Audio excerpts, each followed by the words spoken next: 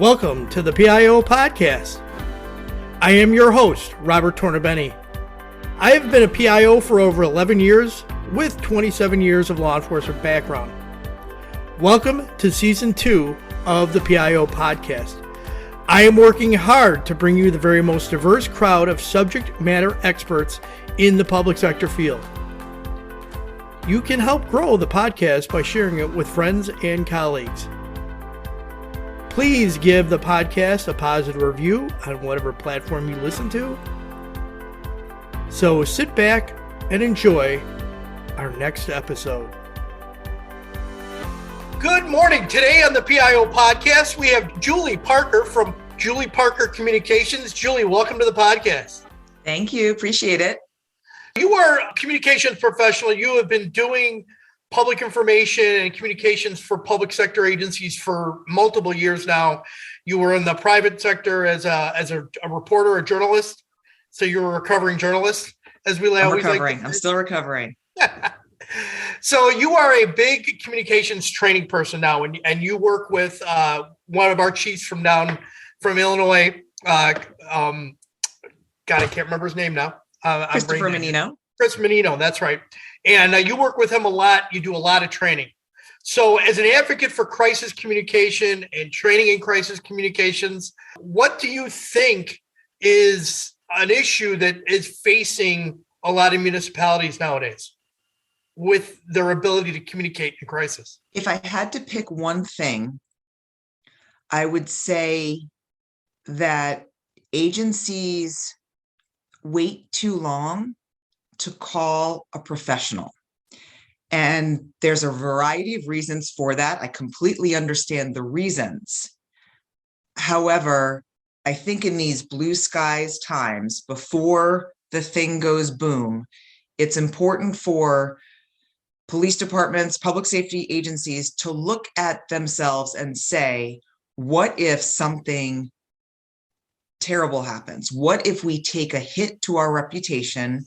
What if some, act of God occurs? We can't control it, and yet it becomes a crisis of sorts. Are we prepared to handle that from a public information sharing perspective? And if the answer is no, what can you do right now to figure out how you'll manage that? Is it to find a communications professional and get them on retainer? Is it to identify someone who does crisis communications and have a conversation with them today? We don't have the resources right now, but if something happens, can I call you? Will you be available? How can I ensure that you'll be there for me? Sometimes it's like just having an insurance policy when it comes to communications. Julie, you're not speaking of like the everyday fatality from, like an accident. You're talking about the criminal acts of an officer, something like what happened in Minneapolis with George Floyd, something extremely out of the norm for an agency.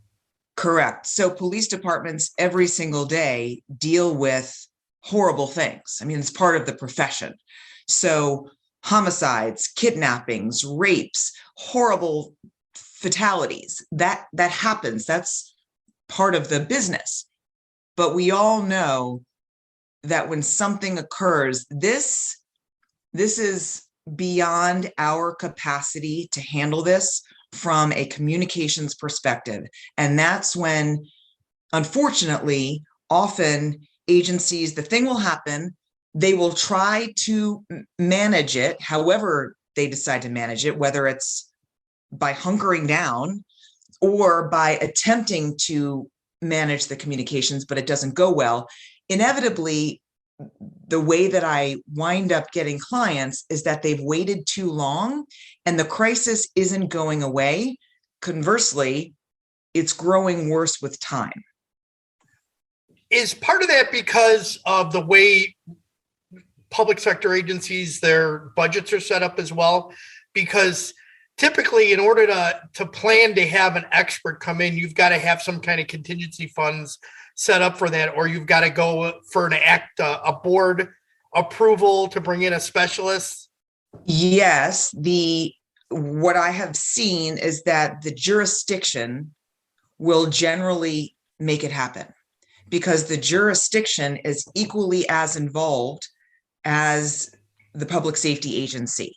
So whether it's a county executive's office, they're run by a strong mayor, whatever the case may be, the city, the jurisdiction generally will wind up paying for the communications professional, but also be paying from the hit that they take to their reputation as well.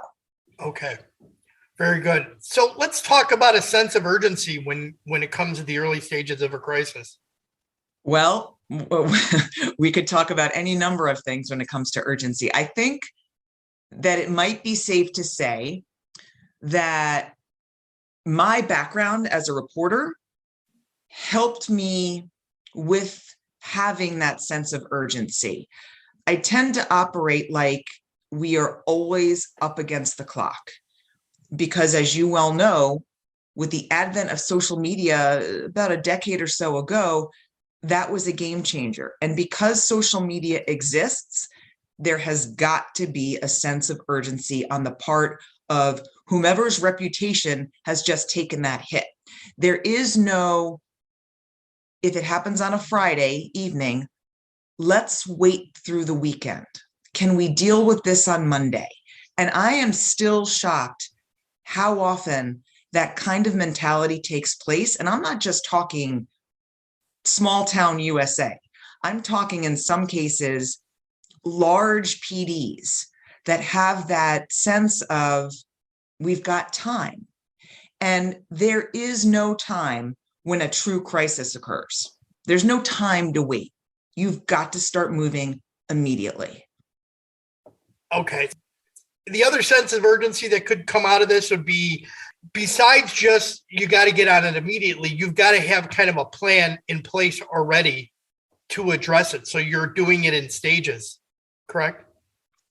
You do. And I'll say something that's probably, I don't know if this is the norm.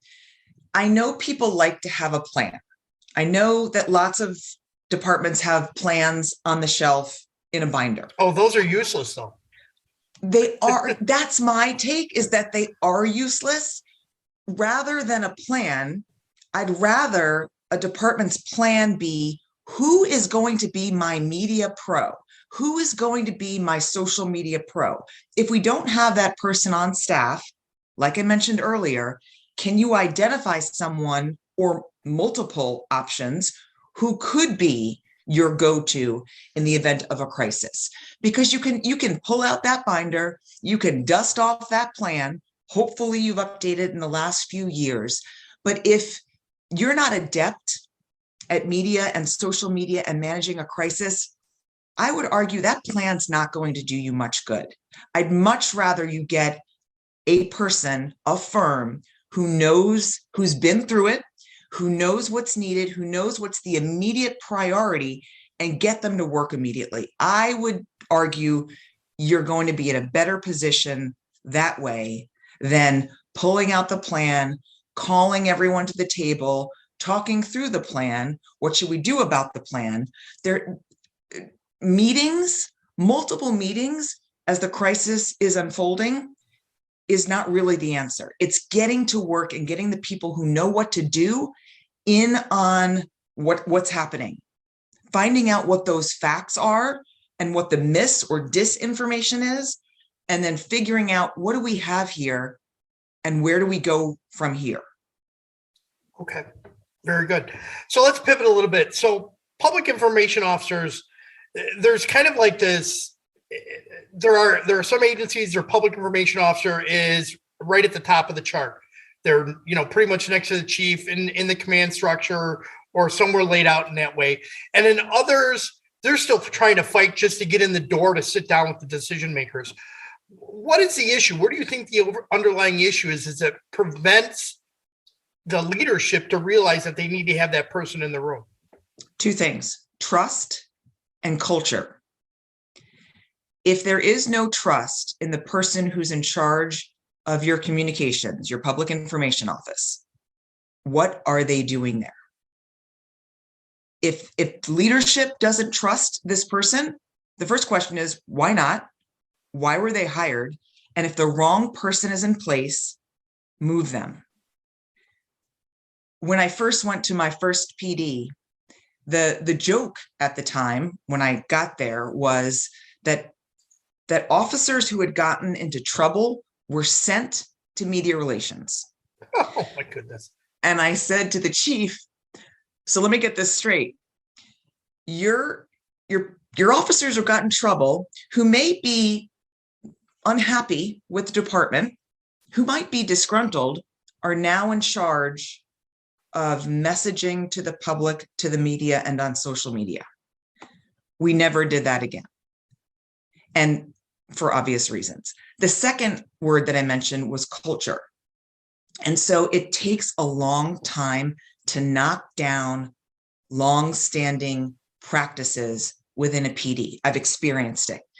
And there is no place for a public information officer, a media relations director, other than at the right hand side of the chief, right alongside that police chief. The more layers that you add, all I see are delays. I see the game of telephone and I see delays. And if we're talking about crisis communications, which we are, we don't want either of those things. We don't want the message getting muddled as it works its way through layers, and we don't want delays. So put your communicator right alongside your chief. So I know as part of what you do in your communications training is, as you talk to a lot of chiefs and a lot of executives, how can the PIO make the argument that they need to be seated higher up in the hierarchy instead of down at the bottom of the rung? Well, one way would be to talk about that crisis. I tend to always go towards the worst case scenario because that's what, as a crisis communications professional, I worry about most, not the day-to-day. We can get through the day-to-day. But when the crisis hits, if your PIO is 2, even 3 steps away from the police chief, I think just picture that. Picture that as the thing goes boom, the police chief is awaiting information from up the chain oftentimes. If your PIO is that many steps removed, how long and how many people do you have to fight through to ensure the information you're getting is correct and that you're getting it in a timely manner? So that's the conversation that I, as a PIO, would try to have with my supervisor. And if it's not the chief at the time, could I talk to the deputy chief, the assistant chief, wherever I sit on that chain of command? Could I have that conversation, please, and just walk through those 2 things, the possibility of the information getting muddled and delay in getting out messages to the public. Very good. Excellent. All right. So how has the narrative changed with law enforcement about being out front first?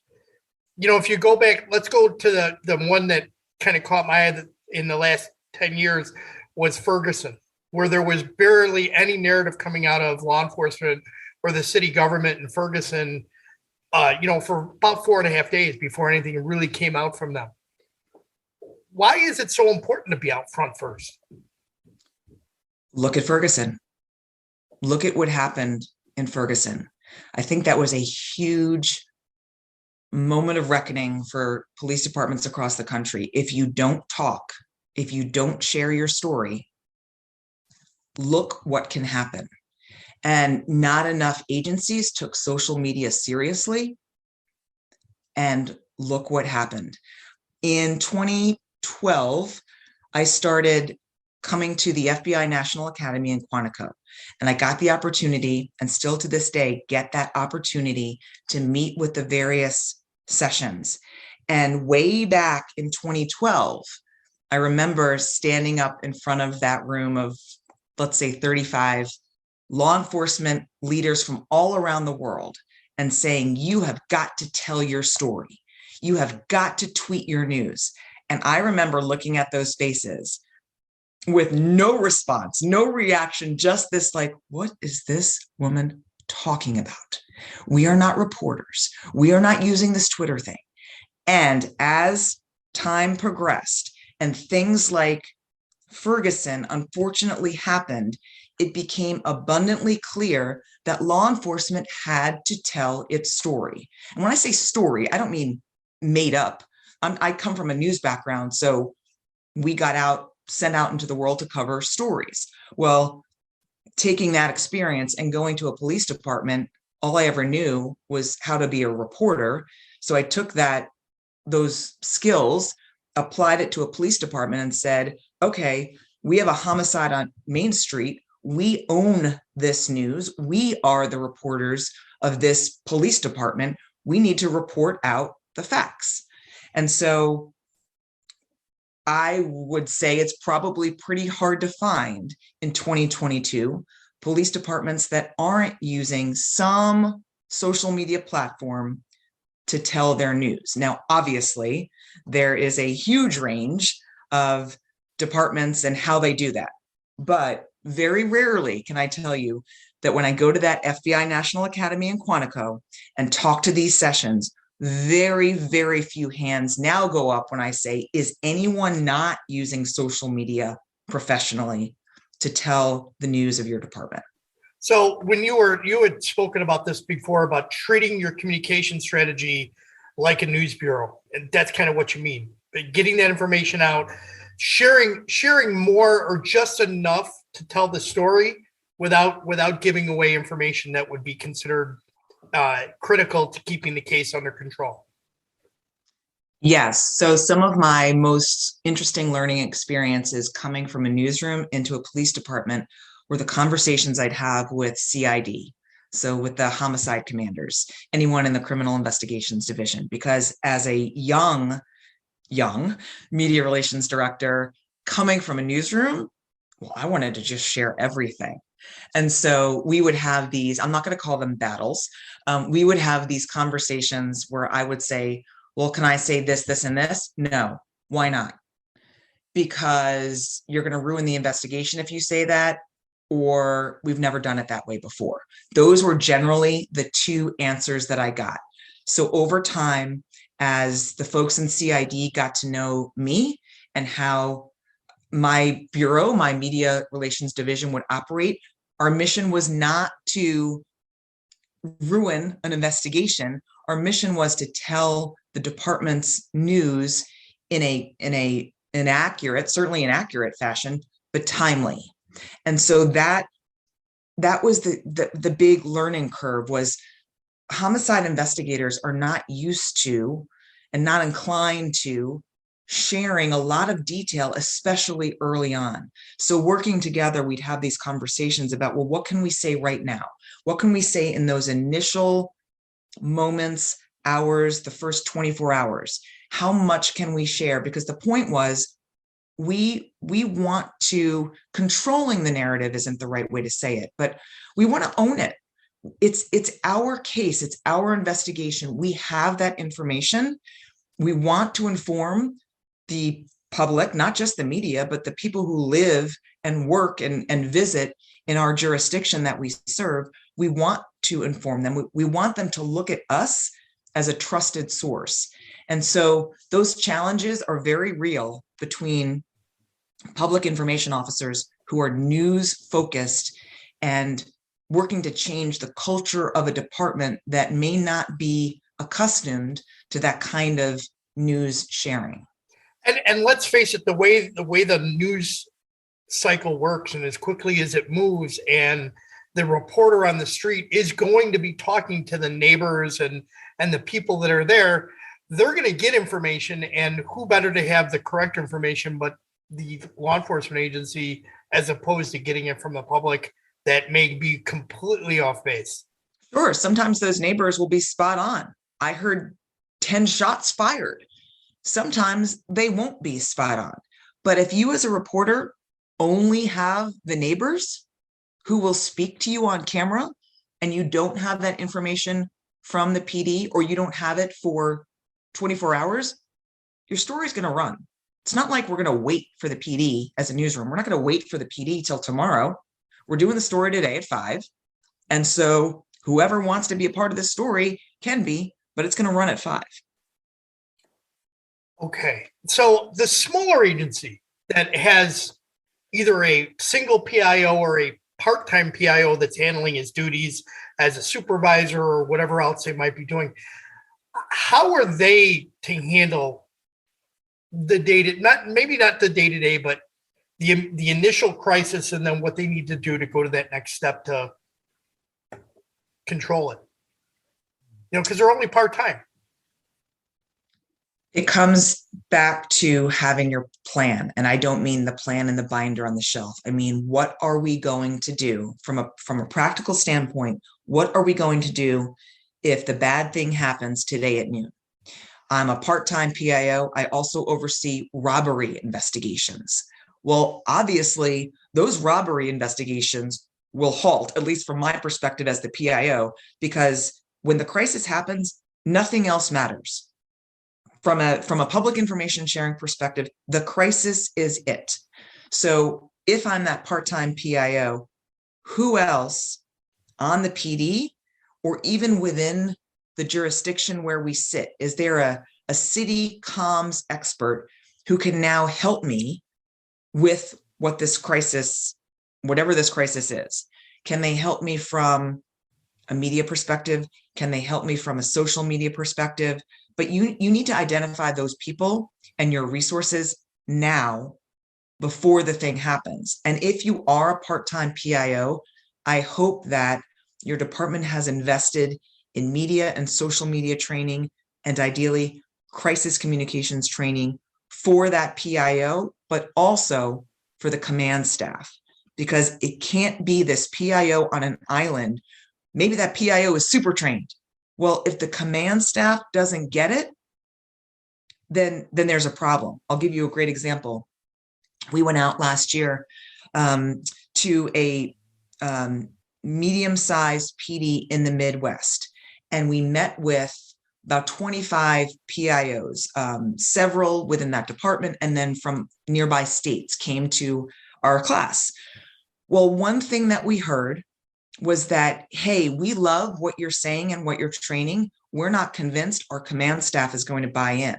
So to his credit, I got in touch with the chief who hosted this training and told him, I said, you just invested money in this training. This is what we're hearing. You've got sharp PIOs in that room, and they're telling us that they know what needs to be done, but they're not convinced they're going to be allowed to make it happen.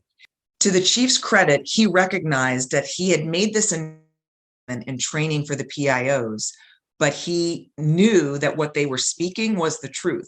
He knew that he had some challenges among his command staff who might thwart a PIO's attempts to properly communicate during a crisis. So the chief said, come on back.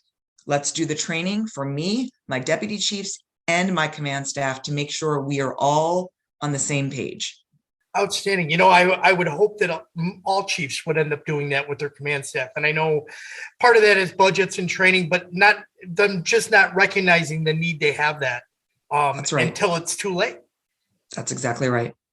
So as we have said, social media is a huge part of a PIO's job, but why is having that active presence before the incident happens on social media so important?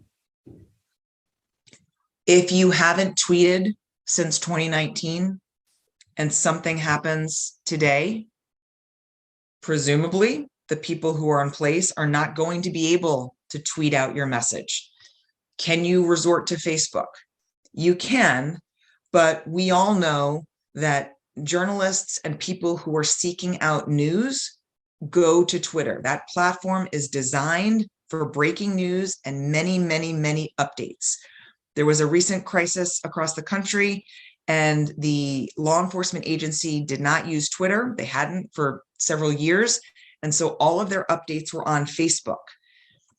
It's just a different beast when it comes to messaging frequently during an ongoing incident, to be rifling through a Facebook page to try to keep up with the updates there. To me, Twitter threads are built for a crisis. Every place that I go, I highly recommend that they either establish or reactivate a long dormant Twitter account, simply for no other reason than we want you ready for when the crisis hits. Now, that doesn't mean you reactivate it, then sit there and wait for the crisis. Use Twitter, use that social media platform as another way to reach your audience. And going to the Facebook agencies that just like to stay on Facebook, when Facebook went down a couple months ago, it was down for people for quite a while, and they did not have their presence out there. They had no ability to share information if they didn't have alternate platforms to go to. That's right. I still think, generally speaking, there is still too much of a reliance on the media. Well, we'll tell the media. Well, when you turn over your messaging to the media, you're going to get what you get. And it may be what you said. It may be all of the things you said. But as a former reporter, I can tell you probably not. I'm going to pick and choose what I want, what I think is most important to share with the audience. But if you are communicating as your own reporting outlet, then the public who wants the news from you can take the news that you're feeding and consume it. I don't have to wait for a TV station or a local newspaper to tell me what the department said. And with the news cycles the way they are, and the battle to get information, if you're a small or medium-sized agency in a big news market, it's going to be very tough for you to get that news media time or people that will pay attention to it, because they're losing out to the larger community near them. Social media leveled the playing field for law enforcement agencies. It is there for the taking. You just got to take it, and then you've got to manage it. It's a lot. Never, ever underestimate how hard law enforcement public information officers work. These are devoted people who, you don't turn it off at 5 o'clock. You don't turn it off on Saturday if you're a good one. You don't turn it off on Saturday. You don't turn it off on holidays, because we all know that the bad things happen at all day, night, holiday, weekend. There's no discrimination there. And so because you've got these social media platforms, you can communicate 24/7 whenever you need to. Going with that, the listening and interacting on social media is very important, because you can't just let it sit there and never interact, because they don't see that you're even listening to what they're saying. You lose out on great opportunities. When I first started in Prince George's County, Maryland, that was my first department in 2011. I thought that we did not have strong numbers at the time on social. And I thought, what if we treated these platforms like a customer service engagement tool? We weren't in a good place with the community. We weren't in a great place with the media. And I thought social media might be our avenue to show people what we're like, to show people that we are working for them. So if someone would tweet and say, why is Main Street blocked? Main Street's blocked because of an earlier traffic incident. We should be cleared from that scene in a couple of hours. Thanks for your patience. With each tweet or each comment that we shared on social media, I felt like we were hopefully showing people that we were engaged and we were listening and we were working to help them. And we were just more human, because they could see real content and people answering basic questions. Not every tweet deserves an answer, but sometimes they do. And if those tweets or those comments go unanswered, what does that message send? I'll give you an example. You're a PD and you put out your great news story. It's got pictures, it's got video, it's great news. The police department saved the day. And you put that story out there. And then 50 people comment, thank you, we love you, we appreciate you. And there's not a single response from the PD, not even a like. What does that message send? We don't really care, right? We don't really care. Yeah. We told the story, we're over it, we're moving on. It's so different if there are likes, if there are replies. I'm not saying you have to reply to every single person who's commented, but get on there and show that you're listening. And even if it's one comment, you like everyone, and there's one comment, and you say, thank you all. We see you, we hear you, we appreciate you reaching out to us. That's such a difference in the way people will think about your department. I like that, Julie. I like that. So where do you see social media going in the future and how it impacts your communications professional? I recently was at a presentation, and the mission was to present to a group of emergency managers, how do you see the media and social media in 20 years? And trying to prepare for that presentation made my head explode, because how do we even begin to guess where we're going to be in 20 years? If you go back 10 years and look at all that we've been through, a pandemic, PS, we never would have thought of these things.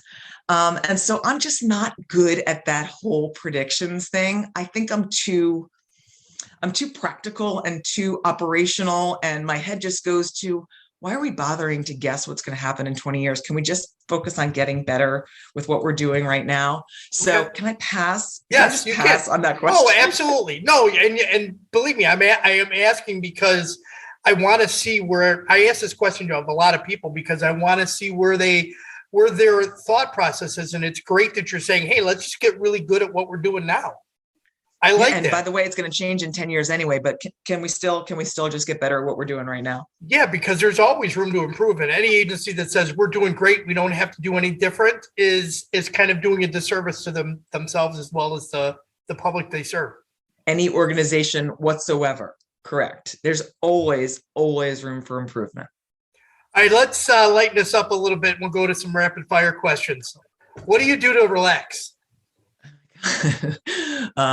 There's not enough relaxing. I like to travel a lot. I just planned a trip to Greece with my daughter, who is a freshman in college, who lived through cancer, lived through a pandemic, got into her dream school, and just made the dean's list. Wow. So we are fortunate enough that we are going to get away for her high school graduation. We are going to Greece. So travel. Nice. That is awesome. Chocolate or vanilla? Oh, vanilla, soft serve, rainbow sprinkles. Nice. What is a must book read for you? I wish I could read more books. I read too much news and social media, but I'll just go with a longtime favorite, To Kill a Mockingbird. Okay. If you could have coffee with a historic figure, who would it be? This is almost like predict the future. I'm not going to have coffee with a historic figure. Oh my goodness, this is a lot. I'm failing at this terribly. Pass. I'll come back to it. Okay. Favorite drink of choice? Wine or coffee. And what would be your superpower if you could get one? To relax. You know what? I totally get that, because working as a public information officer, communications pro, and always being on 24/7, it's impossible to relax. My wife would yell at me all the time. Get off the phone, get off the phone, get off the phone. All the time. It's just part of life. But if you're doing it well, you're probably on the phone in some way, shape, or form. Yep, absolutely. So final thoughts, anything you'd like to add? Preparation is key. And rather than hope that the bad thing doesn't happen, assume that it will. And what can you do today to be ready for when that bad thing happens? We just saw members of a synagogue held hostage. You just don't know when the bad thing is going to happen. So what can you do today? And I know how busy everyone is, but when that bad thing happens, there is nothing more important than it. So because of that, now is the time to get ready. And then my second point about that is hiding and hoping is not a PR strategy. So if your crisis isn't public facing, isn't obvious to the world, it's something internal that's occurred, that's bad, and will be a severe hit to your reputation, you need to assume that news is going to get out in some way, shape, or form. It could be leaked by someone on your department. A reporter could have great sources. It could come out in court. I've seen it all. So don't rely on that 1990s way of thinking that we're just going to hope this doesn't get out, because the public will see you so much differently if you come forward, you explain what happened, and hopefully you explain how that thing ideally won't ever happen again. And they'll trust you in a way that they certainly won't trust you if it comes out through any of those other means that I mentioned. Outstanding. So, Julie, how can people reach out to you if they want to maybe bring you guys in for training or, connect with you to learn more? I'm on social media all the time, which is part of that never relaxing thing. So on Twitter, I'm at Julie Parker Com, COMM, because that's all that could fit. Very active on LinkedIn under my name, as well as Julie Parker Communications. And my website is julieparkercommunications.com, where you can reach out and ask for whatever you need. Perfect. And I will add all of that into the show notes. Julie, thank you very much for coming on the show. We really appreciate it. Thanks so much for having me. I appreciate it. We hope you enjoyed this episode. If you would like to contact the show, please email us at the PIO Podcast at gmail.com. Be sure to subscribe to the podcast to get notified of the latest episode. If you are listening on a platform that allows reviews, please give us a review. We appreciate any review, good or bad. It helps us improve on each episode. Until next time, be safe.